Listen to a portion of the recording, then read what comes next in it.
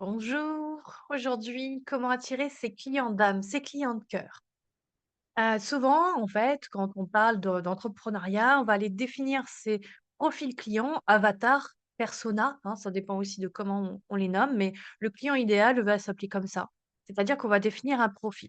Où est-ce que la personne habite? Est-ce que c'est plutôt en ville, à la campagne, propriétaire, locataire? C'est quoi sa situation familiale? Est-ce que la personne a des enfants? Est-ce que, je sais pas moi, quels sont ses loisirs? Comment elle s'informe? Enfin voilà, c'est assez vaste, mais c'est vraiment pour bien connaître, en fait, ce profil de client et en fait, bien souvent, ça va faire ça va, en fait, poser problème aux personnes qui on déteste, en fait, qu'on mette les gens dans des cases. Parce qu'elles détestent qu'on les mette dans des cases déjà elles-mêmes. Voilà. Donc ça va être déjà problématique pour ces personnes-là. Bienvenue si vous faites partie de ce clan, parce que, c'est pas faux, en fait, que ça met les gens dans des cases, soyons factuels. C'est effectivement ce qui se passe puisqu'on fait une classification de profil. Donc en effet, c'est comme, définir des traits de comportement, de caractère, enfin voilà, c'est la typologie client. C'est très ancré dans l'ancien monde, l'ancien système dédié à l'entrepreneuriat. Ça marche encore aujourd'hui et c'est encore nécessaire aujourd'hui. Maintenant, si comme moi, vous êtes assez sensible à toute la variété humaine et donc on peut pas mettre dans des cases. Donc ça a pas de sens non plus de parler de diagnostic, d'étiquette parce que c'est la même chose, c'est le même combat, en fait. Donc si vous êtes, sensible à ça, alors effectivement définir un avatar client, un persona, ça sera, pénible pour vous, vous n'en verrez pas le sens et ce sera peut-être même contre-productif. Maintenant, allons sur une autre façon de faire. Faut trouver plutôt ses clients d'âme ou plus exactement, plutôt que ce soit les clients d'âme qui viennent à vous. Je parle de clients de cœur, de clients d'âme. Pour moi, c'est un processus qui est avant tout vibratoire. On attire les personnes avec qui on est censé cheminer pendant un certain temps, le temps de la délivrance du produit ou du service. Si c'est un produit et qu'il est acheté immédiatement, bah, c'est le temps de la décision à l'achat jusqu'à l'achat et puis peut-être le SAV s'il y a besoin. Si c'est, l'utilisation d'un service et je sais pas, un abonnement et cetera, bah, c'est le temps de l'utilisation de l'abonnement. Si c'est une prestation d'accompagnement, c'est le temps de la prestation d'accompagnement et cetera. Donc on est avec le client, la cliente, pendant ce bout de chemin-là où il y a une relation effectivement qui est commerciale. Elle est cadrée dans un statut juridique, elle est cadrée dans un statut avec différentes modalités fiscales, sociales, commerciales et il y a évidemment tout ce que vous fournissez, donc qui est vraiment lié à votre produit ou à votre service. Tout ça, c'est un cadre, c'est un système dans lequel on s'insère, en fait, avec le client. Mais quand on veut, en fait, vraiment que ce soit les bonnes personnes, peut-être que ça peut être utile d'aller sur une autre façon de définir, en tout cas de préciser les personnes avec qui on travaille.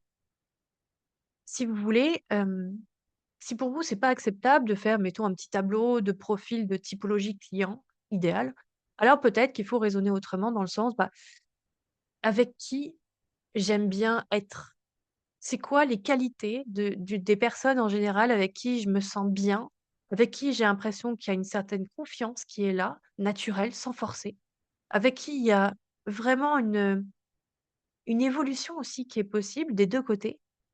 Et en fait, ça va vous donner des exemples sur: «Ah tiens, en fait, les personnes avec qui je veux vraiment travailler, elles répondent à ces traits-là» et ça peut être, voilà, vous voyez, tout simplement, bah, voilà, moi, par exemple, je m'entends bien avec des personnes pour qui, il y a quand même une ouverture spirituelle, un minimum, hein, sans aller, nécessairement sur du fanatisme, hein, mais vraiment sur, une ouverture à autre chose, une humilité, en fait, à pas tout savoir et avec aussi un pragmatisme, vraiment un sens pratique, en fait. Quelque chose qui est ancré dans le quotidien et les personnes qui sont beaucoup trop perchées, on va peut-être avoir des discussions passionnantes, mais pas très longtemps parce que, bah, elles sont trop perchées pour moi et elles sont pas, complètement ancrées. Les personnes qui sont trop rationnelles, c'est pas possible non plus. Enfin, ça dépend des cas, mais ça va être compliqué sur la durée.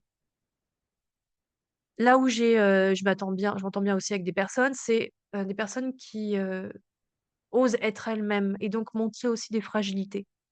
Sans être dans la victimite aiguë, ça je pourrais pas, vous voyez? Donc mes profils clients idéaux, Les clients d'âme sont des personnes qui, en fait, sont comme ça aussi. C'est, acceptent de jouer le jeu, acceptent de montrer des fragilités, hem, ont quand même un sens pratique, ancré dans le quotidien, mais une ouverture spirituelle. Enfin, c'est automatique, en fait. J'ai pas eu besoin d'écrire, en fait, tout un tableau, pour définir ça. C'est naturel, hein. Les clients d'âme, en fait, les clients de cœur répondent en réalité à des résonances qu'on a à l'intérieur de soi. Quand on débute une activité, il peut être tentant de ne pas définir justement son client idéal, son client de cœur, parce que on aurait peur de passer à côté d'opportunités. Et donc on préfère avoir un panel très large pour s'adresser au plus grand nombre parce qu'on croit que ça va permettre de se faire connaître plus vite et donc d'avancer plus vite, dès le départ. Et c'est faux. En réalité, c'est l'inverse qu'il faut faire. C'est plus on cible de manière extrêmement précise, voire chirurgicale, et plus on se connecte aux bonnes personnes. Et donc forcément, bien sûr que ça ne pourra pas coller aux autres personnes, mais on ne peut pas sauver les gens, je vous le rappelle. Donc accompagner tout le monde ou en tout cas, proposer quelque chose à tout le monde, c'est proposer quelque chose à la personne, en fait, puisque les gens ne vont pas forcément tous se reconnaître. Il y a des traits des possibilités, que vous allez mettre en avant sur votre produit ou votre service qui vont pas du tout coller à certaines personnes. Donc ça va forcément faire le tri. On peut pas vendre à 8 milliards d'individus, non.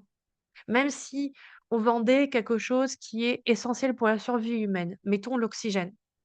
Mais en fait, il y a forcément des gens qui refuseraient qu'on leur vende ça, par éthique, ou pour toute autre raison. Et pourtant, on a tous besoin d'oxygène, vous voyez? Donc, l'exemple peut-être le plus, l'un des exemples peut-être un peu sulfureux que je pourrais vous donner, ou en tout cas qui est sujet à débat, qui peut, soulever des montagnes émotionnelles, mettons, c'est le don d'organes. Mais tout le monde n'est pas d'accord avec le don d'organes. Et pourtant, on a tous des organes. On est tous concernés. Mais voilà, on peut, ne pas vouloir un don d'organes pour plein de raisons. Par religion, par croyance qui ne serait pas religieuse, hein, par exemple, par croyance que ça peut affecter quelqu'un, hem et toute autre raison, en fait. Donc il y a vraiment, pas de rapport entre le fait qu'un produit ou un service peut concerner beaucoup de gens et le fait qu'il concerne vraiment beaucoup de gens. Ça, c'est juste, en fait, projeter sur les autres, sa peur du manque, sa non-confiance, sa non-authenticité, sa non-unicité. Vous voyez, et en fait, quand vous revenez à l'intérieur de vous et que vous connectez à vraiment ce qui fait de vous un être unique, vous sentez que vous n'allez pas pouvoir aider tout le monde ou à travers votre produit ou votre service, juste une partie de la population, un certain nombre d'individus sur terre. Voilà. Je viens enfin de retrouver, dans mon live d'hier pourquoi je parlais de croquettes pour chiens. Imaginons que voilà, les croquettes pour chiens, bah, c'est pour les chiens, sauf qu'en fait, en réalité, ce sont les humains qui les achètent. Donc en fait, vous vous adressez toujours à des humains, même si le service, il est dédié à une autre cible finale que l'humain. Et donc comme on s'adresse forcément à des gens, eh bien c'est là qu'entre en jeu vraiment la vibration, votre vibration unique, c'est elle qui va faire qu'il va y avoir un écho auprès d'un certain nombre de personnes, à un certain timing de leur vie. Il y a des gens, hem, que je côtoie depuis un moment, je suis certaine qu'ils deviendront clients. J'en suis certaine. Je sais pas pourquoi exactement, je sais pas pour quand exactement, peut-être que c'est même pas pour quelque chose qui existe déjà, enfin que pour une offre que j'aurais déjà mise, mais je sais qu'ils vont devenir clients. Il y a un moment donné, ce sera le bon timing et je ne force rien, juste je sens dans l'énergie qu'en fait il y a un matching, en fait, il y a quelque chose, oui, il y a vraiment en fait une vente qui va se faire, mais je ne sais pas quoi, quand et qu'est-ce qu'il faut que la personne traverse pour arriver à là, à cette, on va dire à cette collaboration et je ne sais pas non plus ce qu'il faut que je traverse moi pour qu'on se rejoigne en fait et que ça fasse vraiment un match dans la matière, dans le présent. Mais je vois dans le champ énergétique que c'est effectivement possible et c'est même plus que probable d'ailleurs. C'est pas, simplement possible, c'est acté, mais c'est pas encore descendu dans la matière. Parce qu'il faut qu'il y ait, tout un tas de choses qui se passent encore, dont je n'ai pas, les tenants et les aboutissants.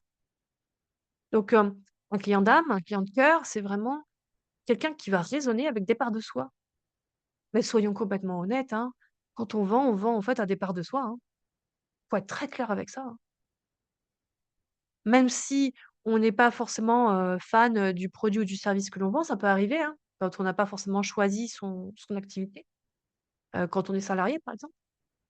Heu, pour autant, ça répond forcément à des facettes de soi, mais pas forcément de manière directe, hein. Ça peut être très, très caché, très déguisé, mais en réalité, c'est toujours à soi-même qu'on vend. C'est toujours à soi-même qu'on s'adresse, mais à des différentes parts de soi, y compris des parts qui sont oubliées et donc c'est ça qui est beau dans ce grand jeu humain-là, et dans l'entrepreneuriat qui est juste une façon de jouer ensemble, à vivre ensemble. En réalité, on est simplement en lien les uns avec les autres, mais on est tous avec soi-même et on utilise le biais de la vente pour finalement être avec soi-même.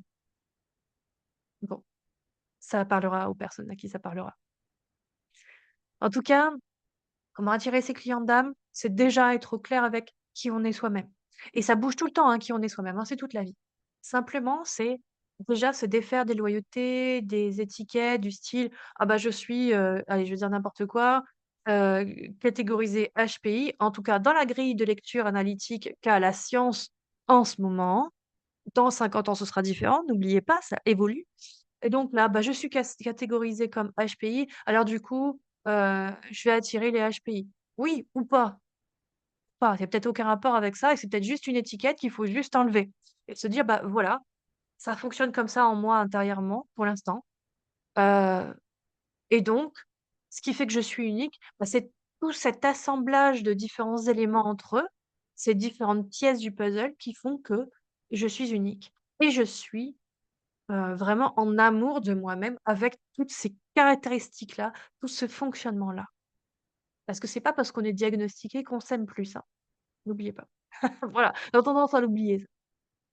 Donc, enlever les étiquettes, peut-être que ça peut vous aider pendant un temps de comprendre, de mettre des mots dessus. Oui. Est-ce que ça change le reste de la vie? Non, parce que ça n'a rien à voir avec ça. Donc c'est déjà d'être au clair sur: «Ah, je sens que je fonctionne comme ça, je sens que je suis comme ça et je sens que mon âme a telle ou telle aspiration dans cette vie».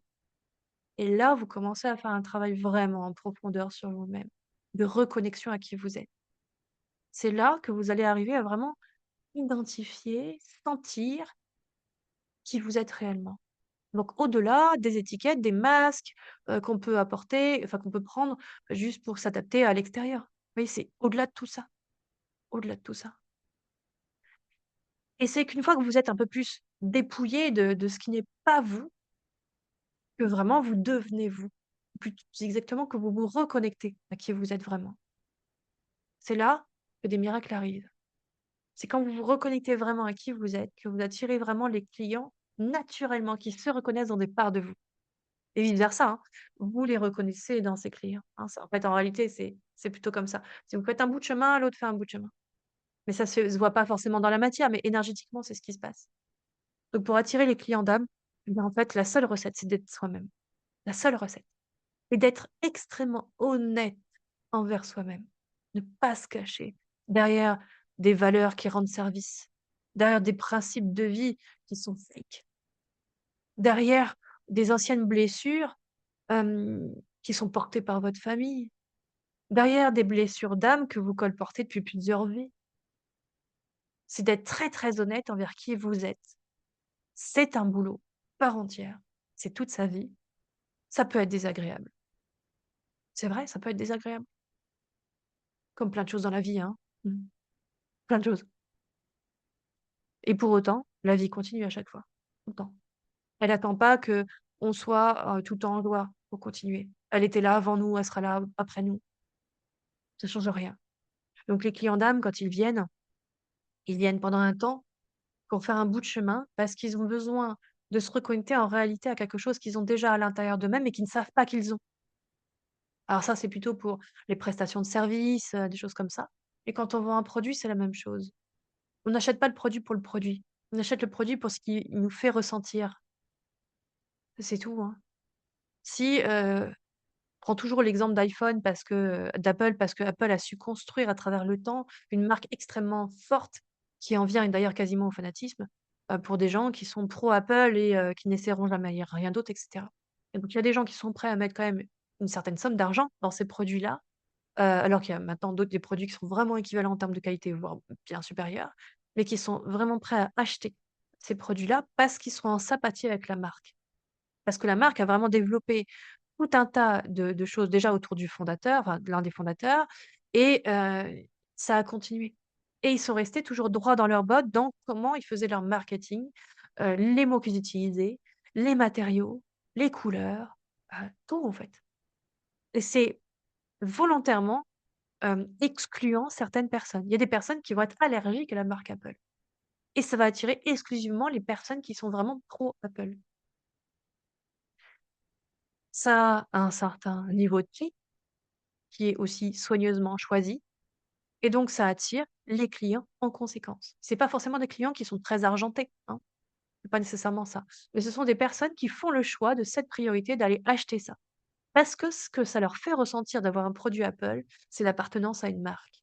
Donc quand on va, dans les profondeurs de juste de ça, l'appartenance à une marque, c'est l'appartenance au clan, c'est se sentir validé, privilégié, aimé. Il y a un côté très orgueil, hein, par rapport à la marque Apple aussi qui est très connue et donc ça valorise aussi l'ego, le fait de se sentir exister et puis il y a des gens qui vont vous dire: «Ah oui, mais les produits Apple, ils tombent jamais en panne», ce qui est faux, mais, de toute façon, et voilà, imaginons, voilà, qu'une personne vous dise ça, hem, en fait, ça veut dire quoi? Ça veut dire fiabilité, confort, sécurité. Ça en dit long sur ce que la personne recherche à l'intérieur d'elle-même et voilà et pourtant c'est un produit. Produit ou service, même chose. Même chose puisque c'est simplement qu'est-ce que je veux vivre vraiment au fond de moi? Bien, à travers un produit, je veux vivre, de l'amusement. Voilà, je veux, je sais pas, un abonnement Disney+ parce que j'ai envie de me divertir, heu et qu'en plus j'ai de la sympathie pour, tout ce que fait, le catalogue de Disney, par exemple. Donc j'ai à la fois un besoin à l'intérieur de moi d'être en joie, de me sentir en joie, de m'amuser, de retrouver le goût du jeu, en fait, comme un enfant, d'être, dans une recherche peut-être de créativité, d'inventivité et en même temps de repères connus, de sécurité.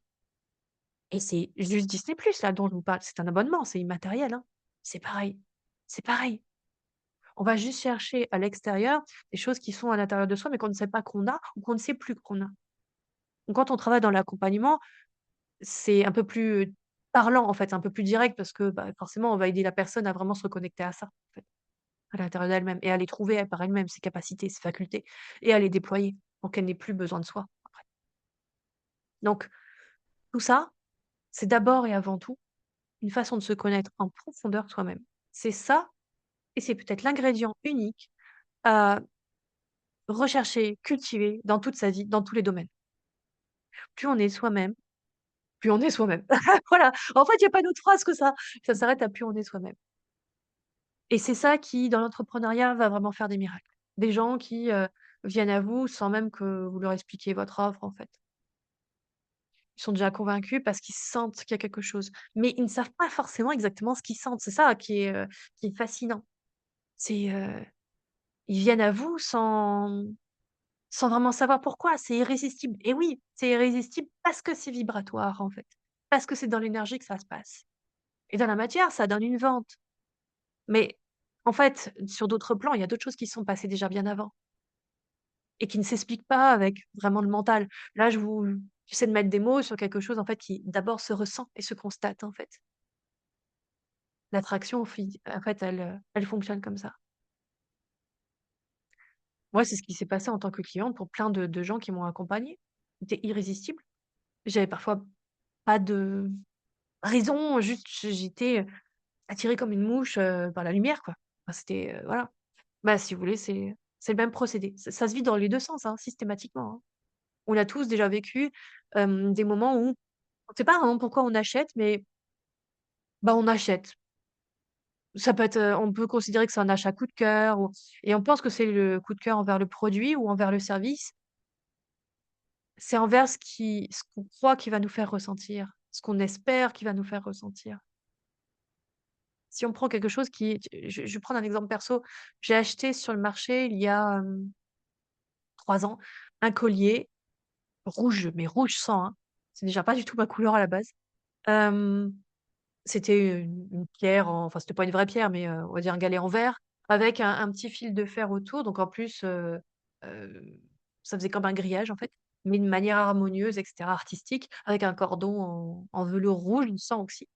et j'ai eu un flash sur ce collier qui n'est absolument pas quelque chose que j'achète habituellement. Je ne l'ai pas expliqué. Juste, il fallait que je l'achète. En plus, ça coûtait vraiment pas cher. Je me suis même dit: «Elle devrait augmenter ses prix la nana, vraiment», et je l'ai acheté. Je l'ai porté peut-être 2 fois.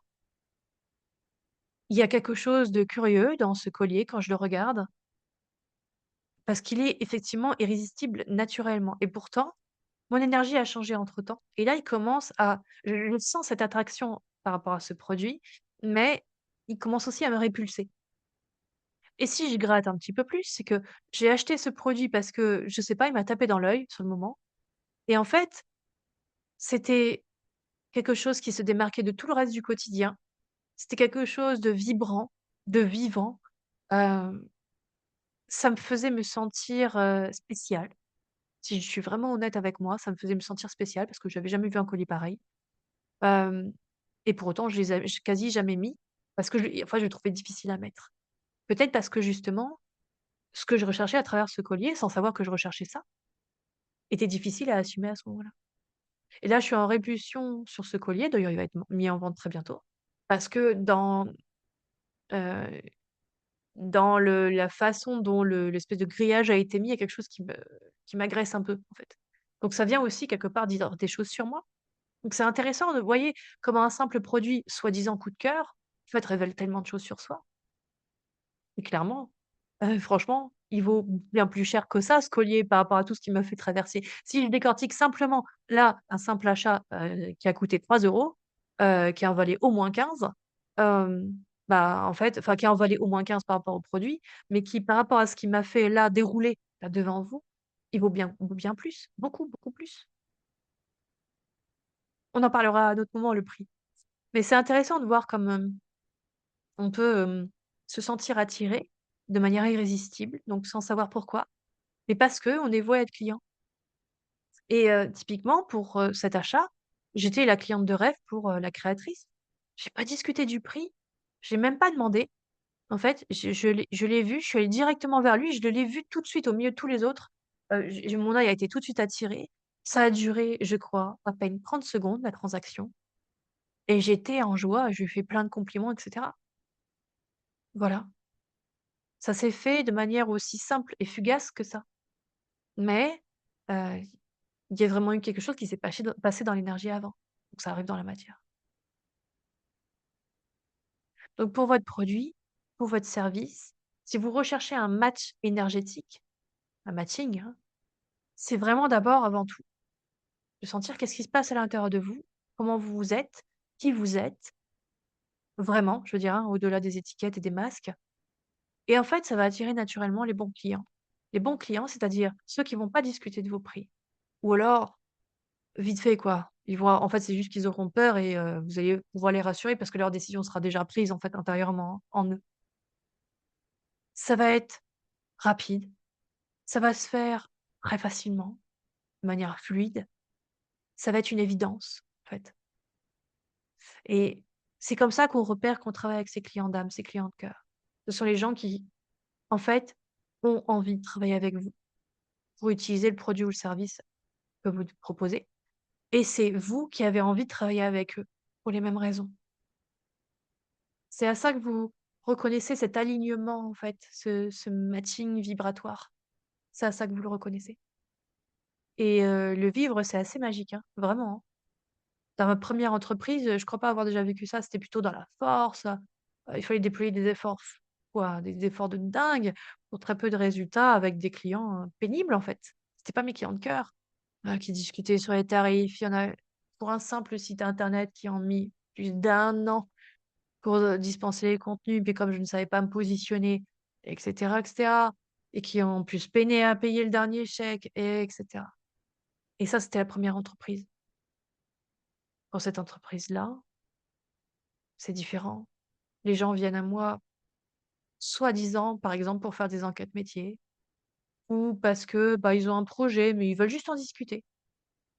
Jamais on vient comme ça chez moi par hasard, jamais.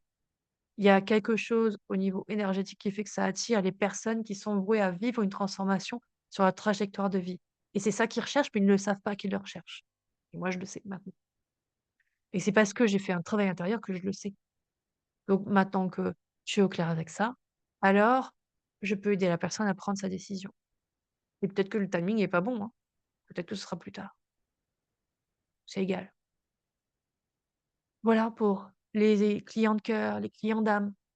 Soyez vous-même, vraiment vous-même, vraiment, sans vous cacher derrière des beaux principes.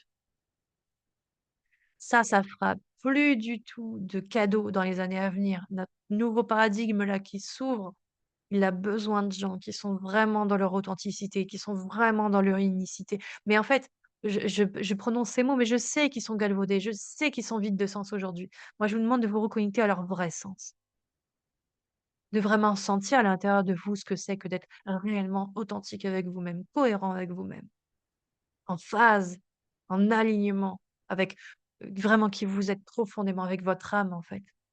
Pas avec votre mental, pas avec votre ego, pas avec vos blessures. Au-delà de ça, je suis là pour vous y accompagner, si vous ne savez pas comment faire, si vous n'y arrivez pas. Et le monde a vraiment besoin de plus en plus de gens authentiques, hein, croyez-moi.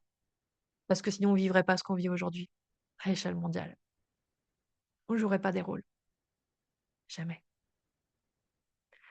Bonne connexion à vous-même et bon matching vibratoire avec vos futurs clients de cœur, clients d'âme.